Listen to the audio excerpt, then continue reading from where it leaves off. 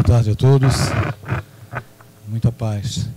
Que Jesus possa luarizar os nossos corações, nos envolvendo na sua ternura e no seu amor. Para aumentar o som. Que Jesus nos envolva na sua paz, na sua ternura, no seu amor, e que ao retornarmos para os nossos lares, nós possamos para lá levar as benesses que a espiritualidade já semeia aqui nesse nosso ambiente de trabalho e de oração. O tema proposto para a nossa conversa dessa tarde, e antes de iniciar eu quero manifestar mais uma vez a alegria na minha alma de estar aqui no Uniluz. Eu adoro essa casa, gosto muito de estar aqui, né? E queria morar mais perto para estar aqui mais amiudado às vezes, mas quem sabe. O coração se enche de júbilo todas as vezes que a gente se sente em casa. Como eu me sinto em casa aqui, e entendo que todos os senhores e as senhoras que vieram aqui essa tarde buscar o alimento espiritual para o enfrentamento das adversidades da vida também se identifiquem com a casa e se sintam espiritualmente confortáveis. Quando nós estamos entre amigos, nós costumamos abrir o coração. E é dessa maneira que eu gostaria de conduzir os próximos minutos, em que abordaremos um tema da construção de pontes nos nossos relacionamentos com os nossos filhos, dos pais para com os filhos e dos filhos também para com os pais.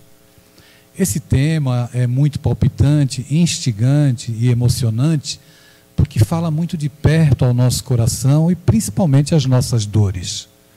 Afinal de contas, quem é que não enfrenta, de certa forma, algumas rusgas, alguns espinhos, algumas dificuldades para estabelecer um relacionamento saudável e equilibrado com os nossos entes queridos, sejam filhos, nossos pais, os nossos irmãos, enfim, o agrupamento familiar a qual nós pertencemos.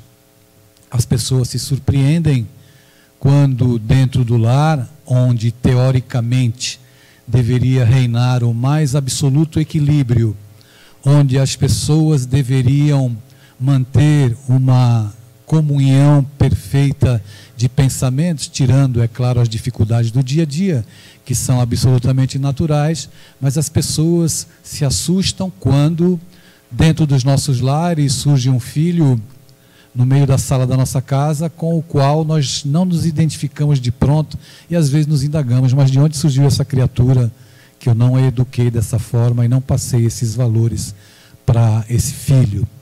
De outra forma, pais também, atendendo aos chamamentos do mundo, aos cantos da ilusão que a vida aqui na Terra oferece, acabam, na verdade, portando-se como adolescentes, abandonando aqueles compromissos que eles haviam assumido, tanto na dimensão espiritual, quanto no instante em que assumiram um compromisso, por exemplo, matrimonial, e acabam perdendo a referência, correndo atrás de tesouros que eles já haviam encontrado.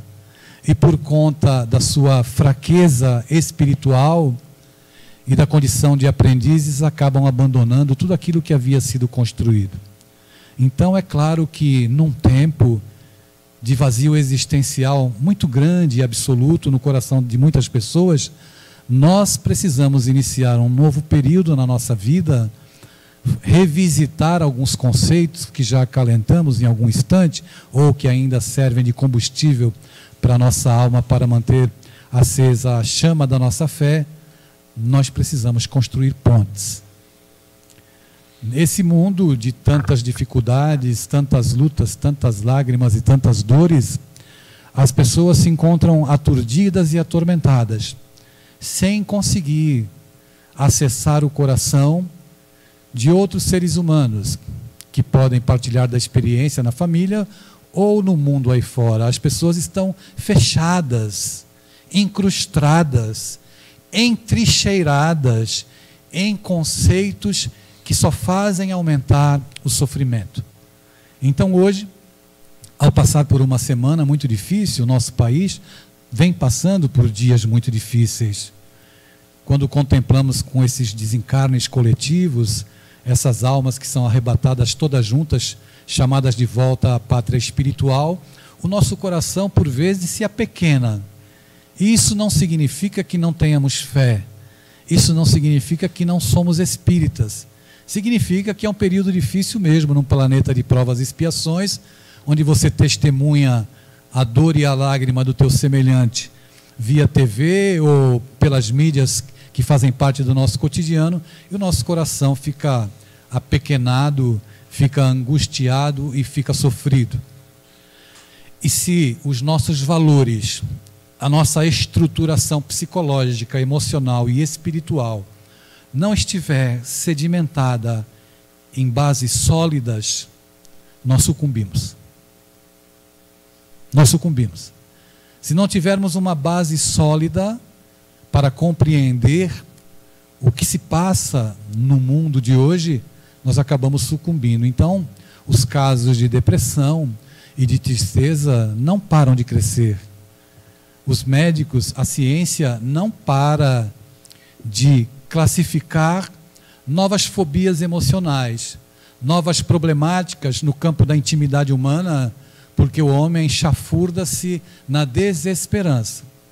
Mas como a gente tem como proposta falar sobre a construção de pontes, nós gostaríamos de falar sobre a primeira ponte, embora nós vamos situar os nossos comentários nos relacionamentos familiares, nos relacionamentos entre pais e filhos.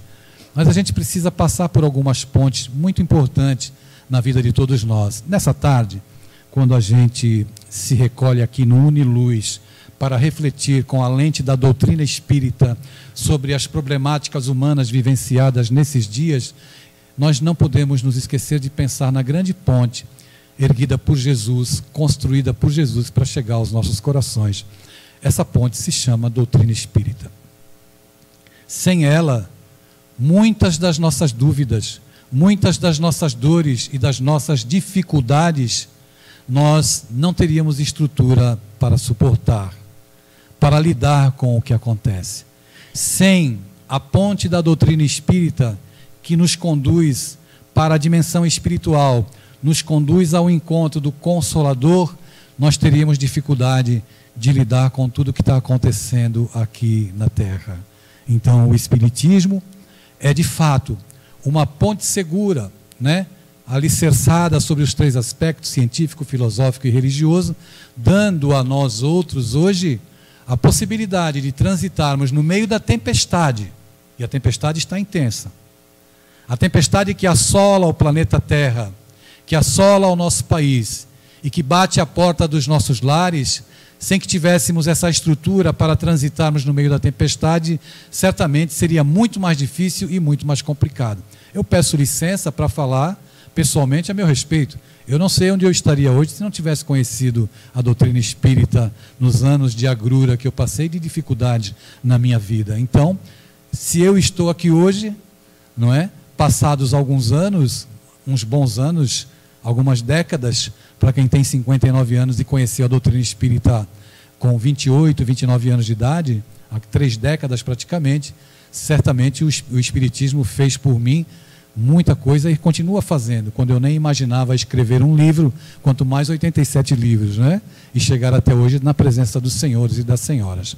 Então eu gostaria de iniciar a reflexão, trazendo para o campo da intimidade do nosso lar, já convidando Allan Kardec para trazer para nós um esclarecimento através da questão 203 do Livro dos Espíritos, que eu vou fazer a leitura na íntegra, para que a gente possa refletir, né? Falando acerca da construção de pontes com os nossos filhos, com os nossos pais, com a nossa parentela. Allan Kardec indaga o seguinte, as entidades venerandas, com relação aos nossos filhos: parentesco e filiação.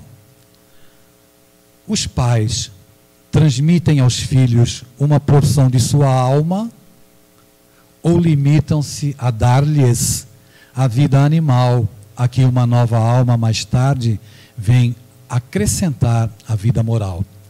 Vou repetir, ok? Os pais transmitem aos filhos uma porção de sua alma ou limitam-se a dar-lhes a vida animal, a que uma nova alma mais tarde vem acrescentar a vida moral. Os benfeitores respondem: dão-lhe apenas a vida animal, porque a alma é indivisível. Um pai estúpido pode ter filhos inteligentes, e um filho estúpido pode ter pais inteligentes.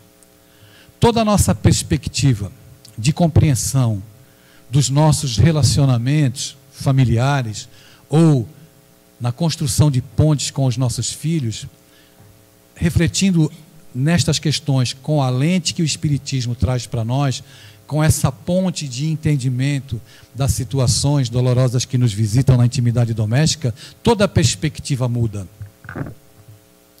Ainda hoje pela manhã, fazendo um seminário lá em Aldeia, nós tomamos conhecimento de um caso que nos trouxe muita tristeza, de um jovem que tentou pela terceira vez entrar na Universidade de Pernambuco, de Medicina. Nas duas primeiras vezes, ele não passou.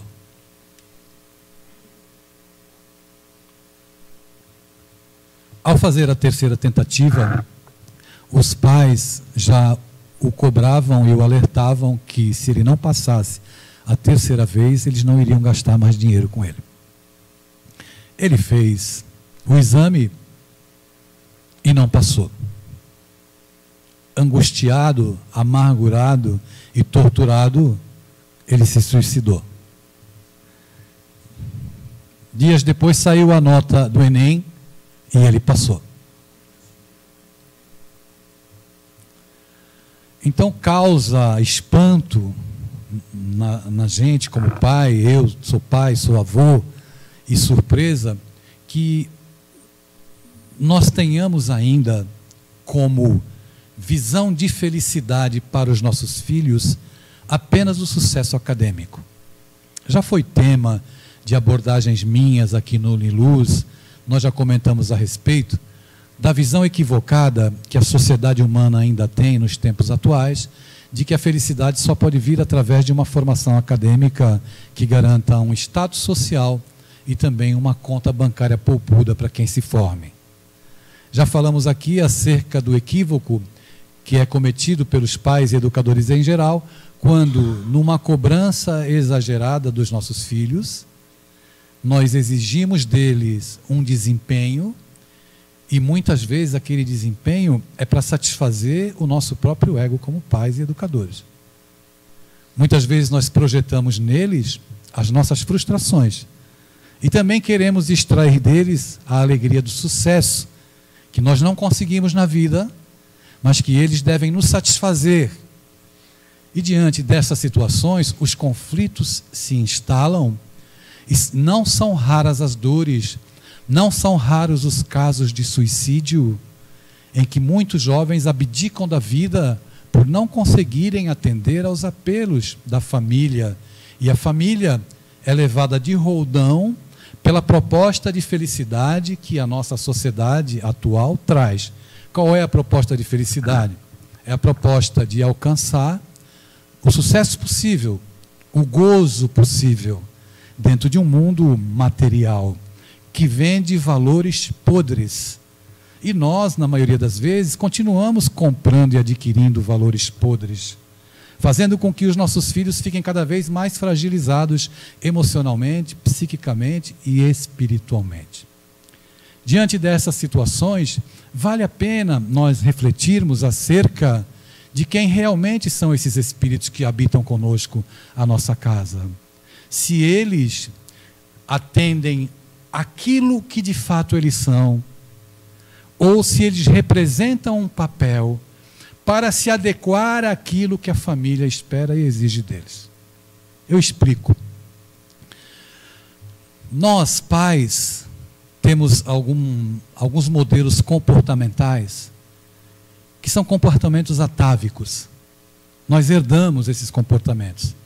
E com o exacerbamento da competitividade na nossa sociedade, nós transferimos para os nossos filhos essas cobranças. Então, nós nos postamos da seguinte maneira. É até interessante que quando a nossa irmã fez a leitura do livro Caminho, Verdade e Vida, eu rapidamente coloquei aqui, que é a mensagem 77, não foi isso, Guto? E a mensagem dizia assim, vou trazer para o nosso contexto, convém refletir, era o título da mensagem que ela leu. Então, começa assim o primeiro parágrafo, que cabe muito bem para a nossa situação. Analisar, refletir, ponderar, são modalidades do ato de ouvir. Eu vou repetir. Analisar, refletir, ponderar, são modalidades do ato de ouvir. Aí eu faço uma indagação, trazendo para o nosso tema. Você que está ouvindo seu filho? Prossigo. Não precisa responder, é só para a gente refletir. Você está ouvindo seu filho? É indispensável que a criatura esteja sempre disposta a identificar o sentido das vozes, sugestões e situações que a rodeiam. Você está prestando atenção dentro do seu lar nas situações que te rodeiam, nas vozes? Porque quando nós estamos muito embotados nos nossos interesses, a gente não ouve o que as pessoas estão dizendo. Ainda hoje eu passei por situação semelhante. Eu estava em casa, depois do seminário, fui para casa, descansar um pouquinho para vir para cá, minha esposa colocou um áudio para que eu ouvisse. E eu, com a mente voltada para outra situação, ela falou, escuta aí. Quando terminou, ela falou, tu ouviu? Eu falei, não ouvi. Aí levei aquela bronca, né, generosa, né, que as mulheres sabem dar com aquela classe, né? E eu fiquei sem graça, porque ela pediu a minha atenção, eu não dei atenção a ela.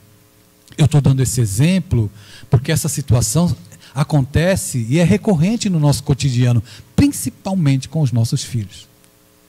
Então deixa eu seguir aqui, porque vai ajudar a gente a entender. Sem observação é impossível executar a mais simples tarefa no ministério do bem. Somente após ouvir com atenção pode o homem falar de modo edificante na estrada evolutiva. E o que chamou minha atenção é essa frase que eu vou ler agora. Porque todas as vezes que eu faço palestra e sou convidado a tratar do tema educação, eu sempre digo assim, quem me conhece aqui já ouviu, certamente vai lembrar dessa frase. Eu sempre digo, papai e mamãe, por favor, pare de falar com seu filho. Alguém já ouviu falar isso aqui? É todo mundo novo aqui? Ninguém nunca ouviu falar isso? Pessoal, está valendo nota para ir para o céu, hein? Eu sempre tenho essa colocação. Papai e mamãe, pare de falar com o filho, com seu filho, quando você voltar para casa hoje. Porque com o filho a gente não fala. Com o filho a gente conversa. Porque se você não conversa com seu filho, você não sabe quem é seu filho. Você não conhece. Você vai dizer assim, mas isso é um absurdo? Não, é verdade. Você não conhece o seu filho se você não conversa com ele. O seu filho pode estar representando um papel para te agradar, para atender o que o mundo via você está exigindo dele. Então a frase que me chamou a atenção, e eu lembrei desse meu bordão, é a seguinte: quem ouve, diz Emmanuel, quem ouve, aprende. Quem fala, doutrina. E nós estamos doutrinando os nossos filhos. Quem ouve, aprende. Na perspectiva da proposta da reencarnação, que é uma lei natural, olhar para a educação dos nossos filhos, já que você não pode esquecer que o seu filho não é um corpo, um aglomerado de células. Com 10 anos, com 15, com 20, com 30, não importa. O seu filho é um espírito imortal. Com um histórico reencarnatório, que repercute tudo aquilo que ele já viveu e que se traduz naquilo que ele é, na convivência com você.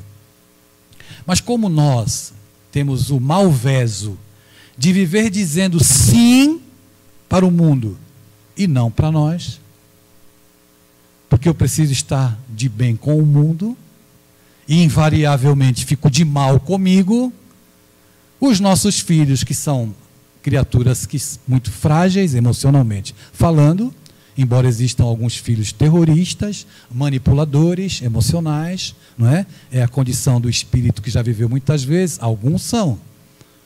Mas, em grande parte, quando existe a ascendência do pai e da mãe, o que é que eles fazem? Eles vão procurar atender tudo aquilo que a gente quer. Observando esse relacionamento e procurando a construção de uma ponte que nos aproxime dos nossos filhos, vou repetir, pensando nos nossos relacionamentos e investindo, porque nós precisamos investir verdadeiramente na construção de uma ponte que nos leve ao coração dos nossos filhos, é importante começar a conversar com eles. É importante começar a prestar atenção neles. Porque já aconteceram casos, você pode pesquisar na internet, que vai constatar essa triste realidade. O jovem que, durante a infância, pré-adolescência e adolescência, sempre tirou notas boas na escola. Notas altas. Os pais, alguns pais, ostentam aquele gênio, aquele pequeno gênio que eles têm dentro de casa. No Facebook, nas redes sociais, conseguiu isso, conseguiu aquilo. No momento em que ele, o jovem, por uma razão ou outra, sofre um revés e não corresponde mais à expectativa, tira uma nota baixa e ele desce daquele pedestal das vaidades humanas e que os pais se frustram quando ele não conseguir lidar com isso, ele se mata. E muitos jovens já se mataram. Tudo por quê? Porque ele está recebendo a informação, e mais do que a informação, a formação de que ele precisa ser o máximo dentro da competitividade da escola em que ele estuda. Tudo porque nós não nos preocupamos em construir algumas pontes do nosso coração para o coração dos nossos filhos e do coração dos nossos filhos para o coração de Deus. Os nossos filhos, eles não estão precisando de religião, mas eles estão precisando de religiosidade. Os nossos filhos estão precisando de espiritualidade.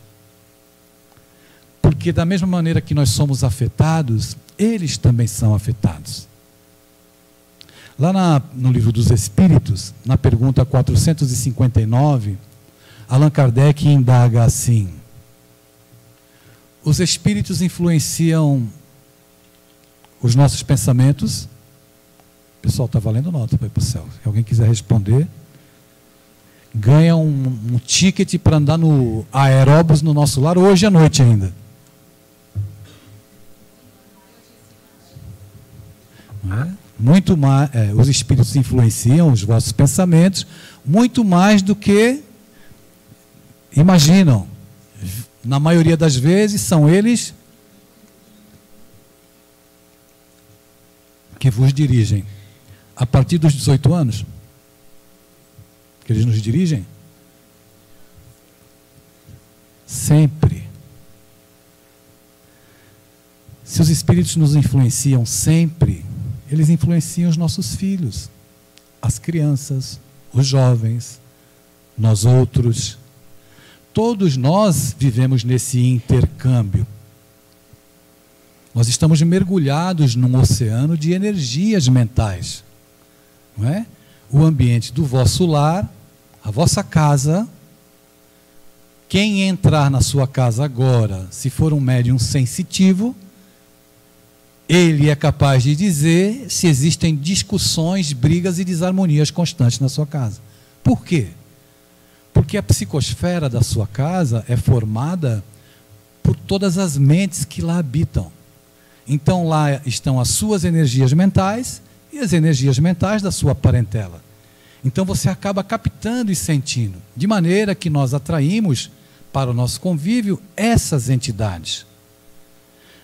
Paralelamente aos nossos interesses, ao nosso desejo de que os nossos filhos sejam felizes e de que eles logrem uma formatura para chegarem numa condição adulta privilegiada, estabilizada, profissionais, competentes e tudo, paralelamente a isso, ocorrem as coisas espirituais.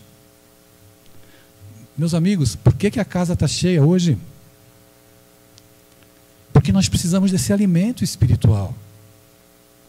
Todos nós temos necessidade de beber dessa fonte, porque cada um de nós enfrenta os próprios conflitos íntimos, não é? Como eu escrevi no livro lá que eu lancei na Bienal lá em São Paulo, O Inimigo Íntimo. O cúmulo da rebeldia é o homem morar sozinho e querer fugir de casa. Nós estamos com dificuldade de conviver conosco, né? E diante disso, a aflição cresce, as dificuldades crescem, e nós não conseguimos estabelecer uma vida minimamente harmoniosa, de maneira que a gente fica naquela gangorra emocional. Às 10 da manhã está bem, meio-dia está mais ou menos, 2 da tarde está triste, não é? Às 4 da tarde começa a melhorar, às 6 piora. Opa, está chegando a hora do Uniluz, eu vou tomar passe e vou ficar bem.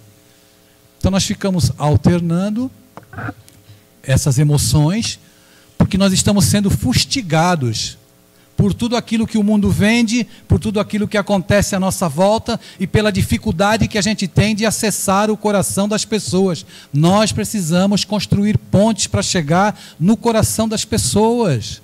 Em uma época de vazio existencial, nós precisamos falar mais sobre amor, sobre perdão, sobre aceitação, sobre compaixão.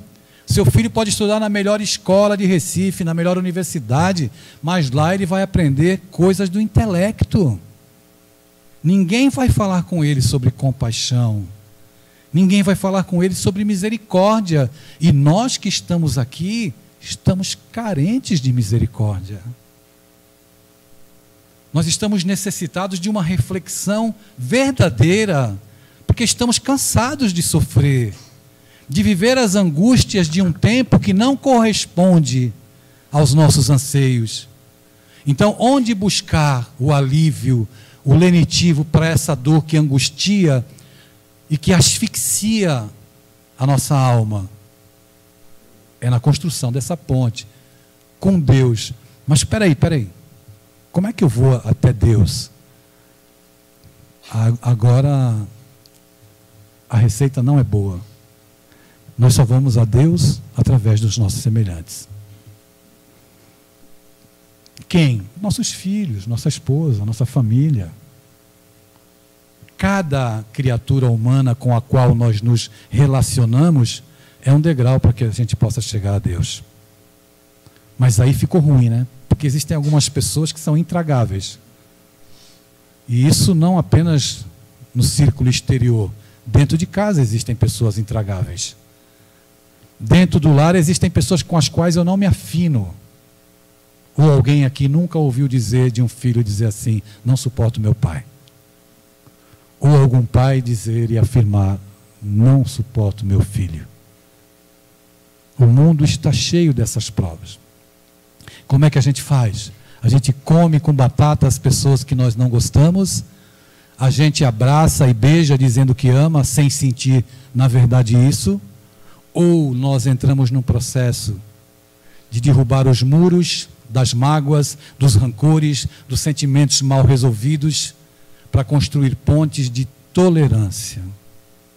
Eu ainda não tenho a capacidade de amar plenamente algumas pessoas, porque tem pessoas que eu não consigo nem olhar.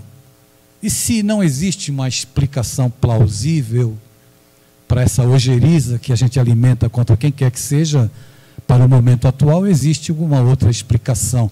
Porque mesmo que você não reconheça a pessoa fisicamente, que você não a identifique, você reconhece algumas pessoas pelas energias que elas emanam. Tem pessoas que você se aproxima e você já arrepia até o cabelo. Não é assim ou não? Pessoal, tem que acabar logo, respondam logo. É assim ou não é? É energia. Mas quem é? Você chega perto, parece que existe uma resistência fluídica, uma energia que te passa um mal-estar.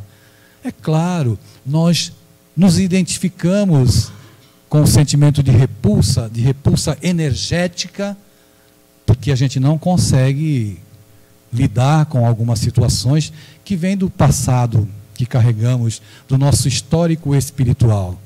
O que a gente vai fazer? Vai matar? Não. Vamos procurar construir pontes de tolerância.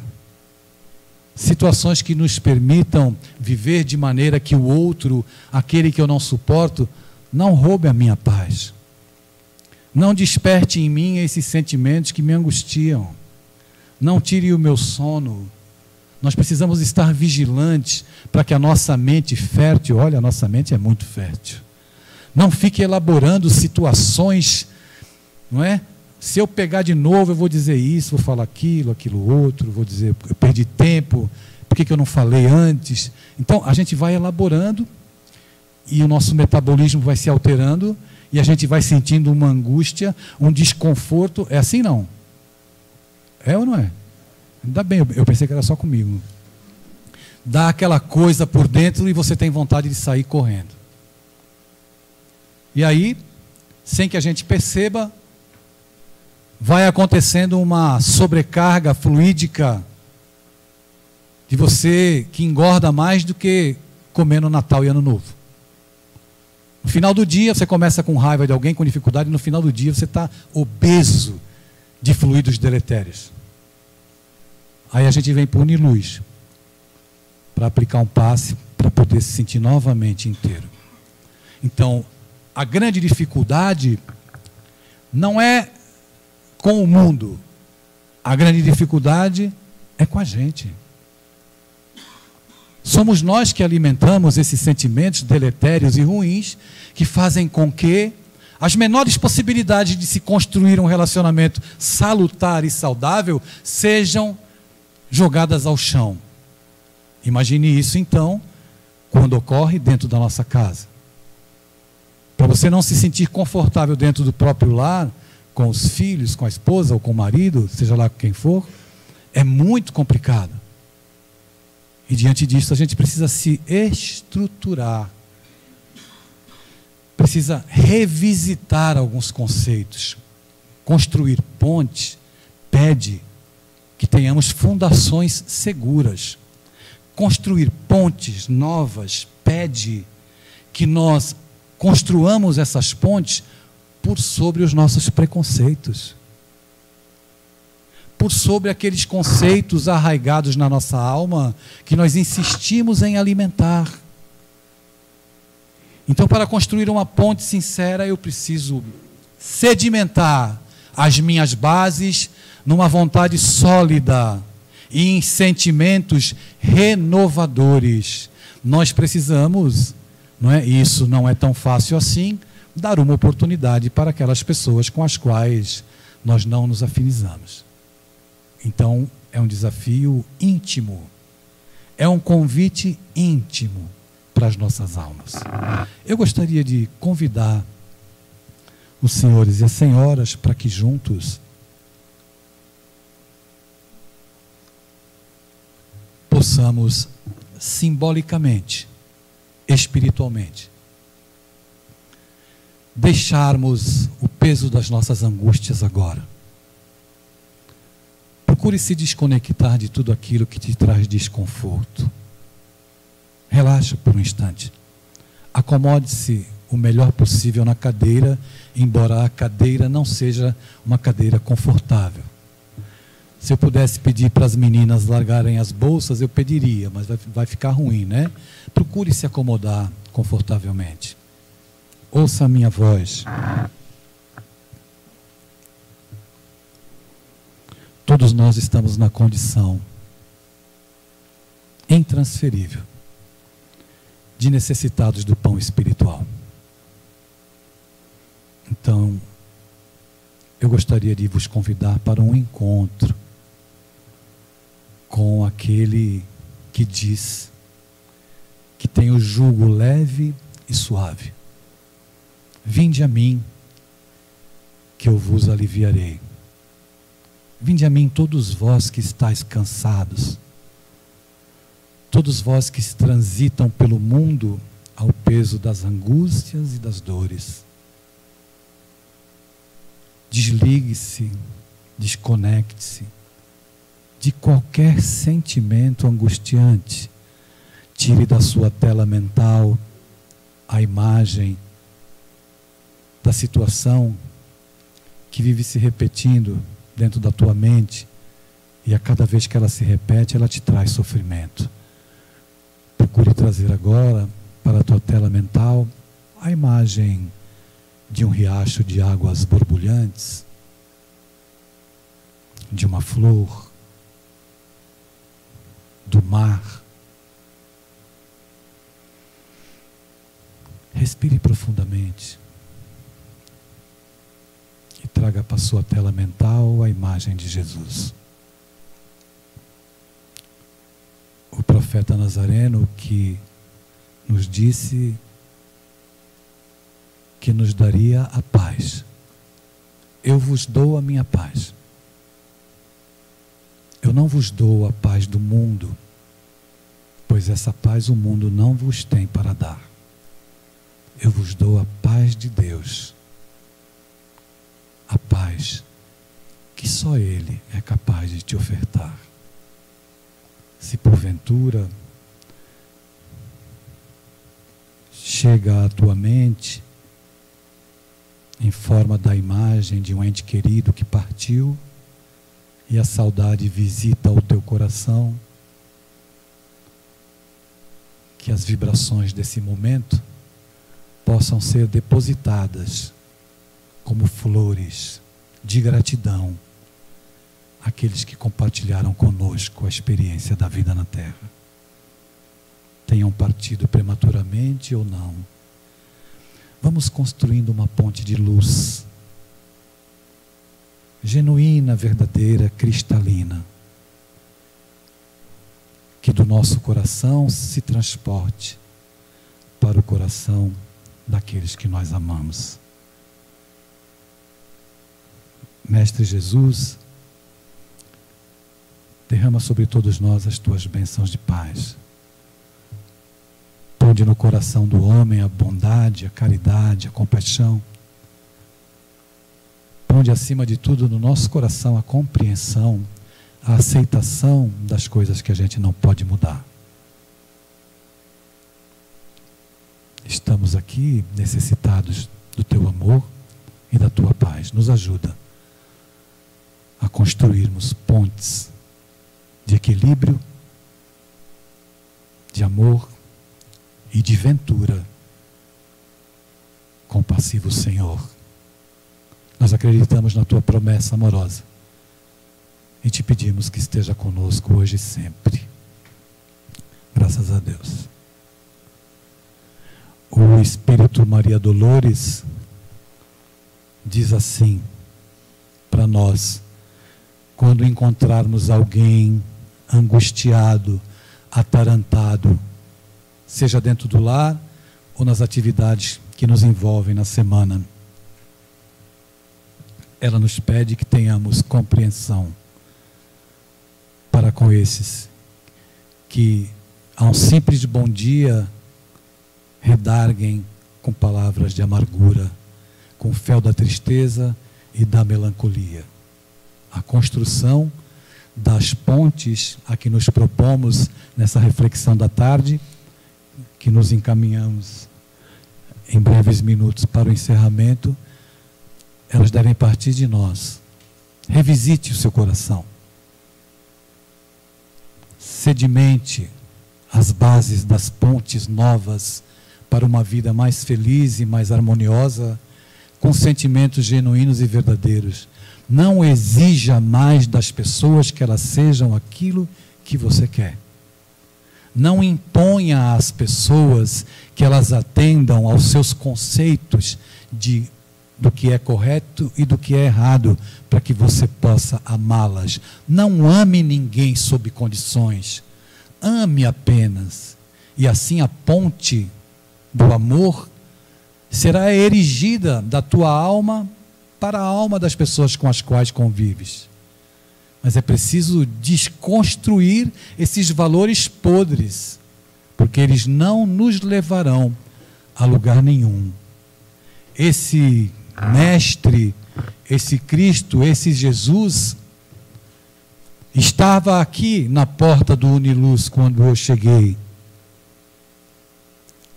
Adentrou essa sala, caminhou entre as fileiras, entre os senhores e as senhoras, e aqueles que estavam conectados sentiram o beneplácito do amor de Jesus. Não há que se materializar O essencial envolve o nosso coração e a gente apenas sente. Nós acabamos sentindo e terminamos por amar esse personagem que é um construtor de ponte, Jesus de Nazaré. E tal como o arrebatamento que sentimos aqui essa tarde, um arrebatamento espiritual. Uma mulher, há pouco mais de 2000 anos atrás, nos arredores do templo, em Jerusalém, ao olhar para aquele jovem nazareno, de olhar enigmático, de cabelos da cor do ouro velho caídos pelo ombro, ela foi arrebatada. Aproximou-se dele e diz: jovem, eu vendo perfumes, nem os lírios do campo têm a suavidade dos meus braços, nem a romã mais doce tem o mel dos meus lábios. Percebo em ti uma luz, um olhar diferente, e tenho para te oferecer a coroa do prazer que o mundo pode dar. E virando-se para uma extensa vila cercada de rosas, apontou para uma fila grande de viajantes e disse: todos me buscam, mas olhando a ti, o encanto que envolve a minha alma faz com que eu te convide, venha. Ele permanecia imóvel, olhar sereno, e ela, ajeitando as dobras da túnica alva, vira-se novamente para ele e diz: tu não vens? Eu tenho para te oferecer a coroa do prazer. Vem. Ele permanece imóvel, e ela então se sente um pouco constrangida e agastada, e diz a ele: percebo um brilho no teu olhar, e procedo dessa maneira por amar-te. Vem. Ele agora, um tanto constrangido, diz: agora não. Quem sabe um dia. Ela então sai, bradando impropérios, ironias e sarcasmos. 2 anos depois, Jesus de Nazaré levantava paralíticos no tanque de Betesda. Encontrava-se o mestre atendendo aos sofredores, quando uma mulher, uma anciã, aproxima-se dele e diz: mestre, gostaria de pedir o teu amor e a tua intervenção para uma criatura que sofre muito. Ela se encontra aqui perto. Jesus acompanha a mulher. Entra com ela em um pardieiro muito sujo. Em cima de uma cama, uma mulher com o corpo chagado. A lepra havia tomado conta. Ele então olha para ela, que é reconhecida apenas pelos olhos fundos e percussientes. Ele senta-se à beira da cama e, quando ela o reconhece, se assusta. És tu, o Messias, o Nazareno? E ele diz com a voz amorosa: vim atender-te agora, os teus chamados. Mas o cheiro era pútrido. Tomai o meu jugo, que é leve. Eu sou o bom pastor. O bom pastor reconhece todas as suas ovelhas. Ela olha compungida e ele diz: percebo um brilho diferente no teu olhar e procedo assim por amar-te. Cada um dos senhores e das senhoras, cada um de nós, somos conhecidos de Jesus. Tal como Judas, na sua intrepidez e no conhecimento desvirtuado do Evangelho, também era conhecido de Jesus, no entanto, não se lê uma única página, um único parágrafo, uma única palavra em que Jesus deturpasse a imagem de Judas. Jesus conhecia também Zaqueu. Zaqueu, o publicano, o cobrador de impostos, aquele que cobrava os impostos para os invasores e cobrava um tanto a mais e vivia às expensas do seu próprio povo. Jesus conhecia Zaqueu. No entanto, quando foi jantar à noite na casa de Zaqueu, pronunciou as seguintes palavras: a salvação entrou nessa casa essa noite. Não se encontra no Evangelho uma única palavra, uma única frase que Jesus falasse acerca de Zaqueu. Jesus conhecia Pedro, sabia da maneira rústica como Pedro entendia e promovia as ações, e sabia que Pedro o negaria 3 vezes, como negou. E só depois de negar 3 vezes foi que ele caiu em si e pôde trazer para nós a mensagem também da sua fé inabalável. No entanto, você não encontra no Evangelho uma única palavra ou uma única frase em que o Cristo fale de Pedro. Jesus conhecia Maria de Magdala, conhecia os processos psicológicos de sofrimento, conhecia o processo obsessivo da qual aquela mulher era vítima. Ele conhecia o coração dela.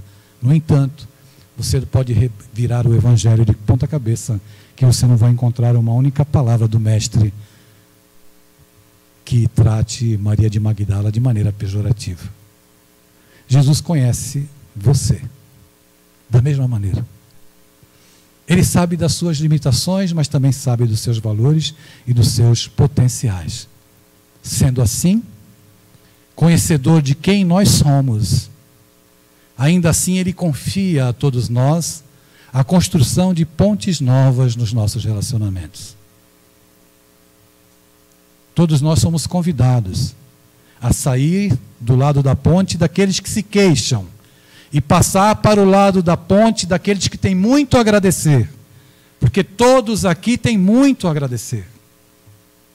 Mas por uma condição de rebeldia e de incompreensão da própria vida, nós ainda nos mantemos do lado da ponte queixosos, lamentosos, reclamando, blasfemando. Mas somos convidados a construir pontes novas, porque Ele nos conhece. E como assevera Amélia Rodrigues, Senhor, enquanto lá fora há lágrimas, tristeza e dor, aqui dentro a paz, a alegria e o amor. Senhor, deixa-me te falar da minha alegria. Deixa-me te dizer da minha ufania em te conhecer. Senhor, eu quero te dizer que eu amo a vida, que para mim é bela e é consentida. A maioria das pessoas que eu conheço vive a reclamar, a blasfemar, a mendigar, mas eu te quero dizer que a vida é colorida. Muito obrigado por ela ser tão consentida.